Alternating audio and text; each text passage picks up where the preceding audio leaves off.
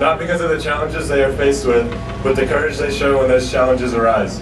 At age 10, my younger sister battled osteosarcoma and survived. The road to recovery was long and often seemed to have no end. She never gave up and almost always had a smile on her face. She refused to let us be sad about her diagnosis because she knew that she would beat it. Her courage and determination to win her battle is the reason she is my hero, and forever will be. Without further ado, I would like to introduce Courtney Ott to share her story with you.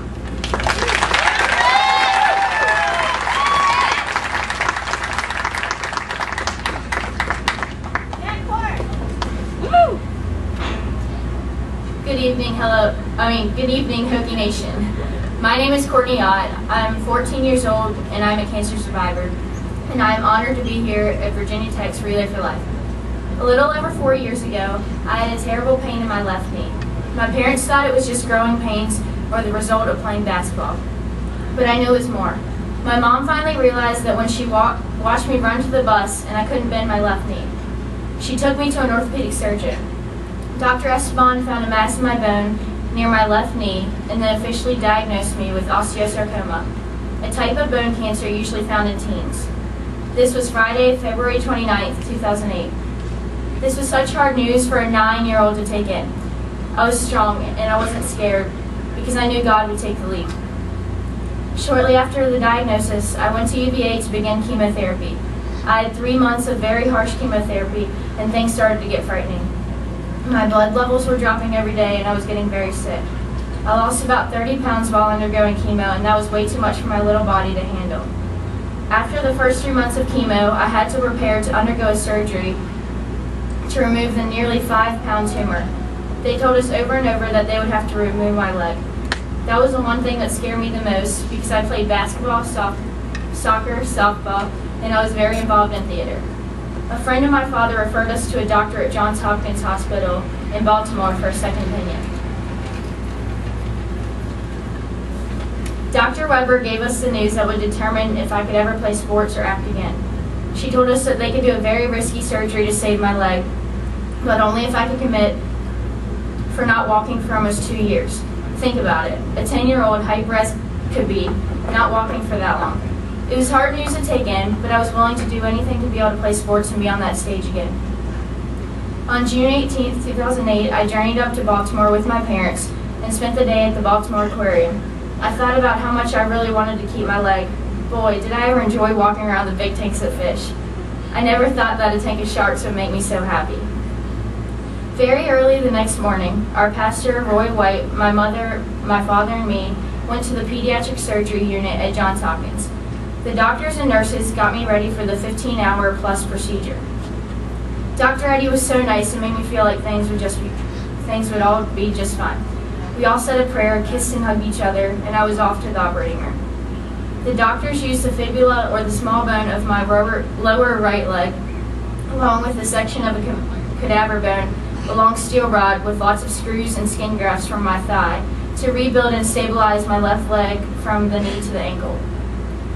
And it was a very long wait for my parents and Pastor Roy. I don't remember a thing. But I do remember waking up in the PICU and how badly I wanted something to drink. I could barely move and I didn't know what was happening. My family surrounded me, which gave me much relief. The staff at Johns Hopkins was incredible. I spent about 7 days in the hospital and then made the painful trip home to Virginia.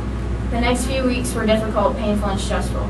I had to learn how to do everything with both of my legs in huge braces. I needed lots of medical follow-up and therapy and another year of chemotherapy.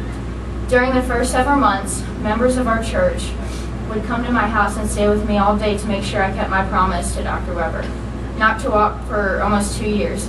I know I heard her say it would only be 3 months, but I had to go with it. Last fall, I tried out for my junior varsity basketball team, the Lady Hornets from Wilson Memorial High School.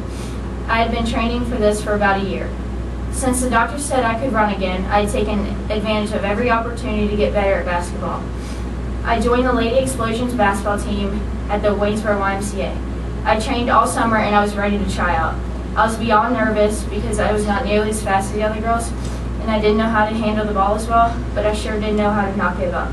and I knew that even if we were starting to lose a game, I would just have to stay positive. I made the JV team, and everyone in my family, my doctors, nurses, and friends were overjoyed that Courtney, a girl who had cancer, made the high school basketball team. Having cancer was very difficult, but it made my faith grow, made me so much stronger, and taught me how to appreciate life. I don't have a lot of tolerance for people who say they hate their life, or how they want their clothes to match exactly right that day, or how they get mad because a guy doesn't call them back. The scars on my legs will be there forever. They are symbols that I survived cancer, and I didn't quit.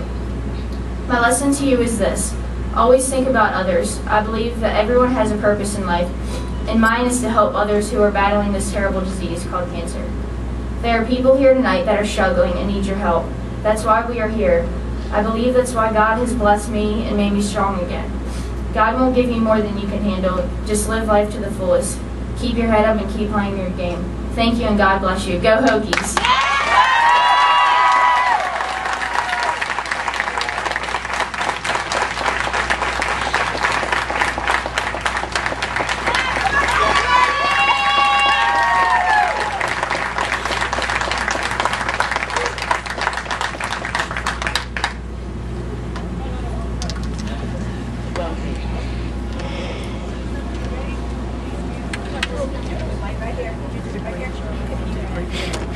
Very good.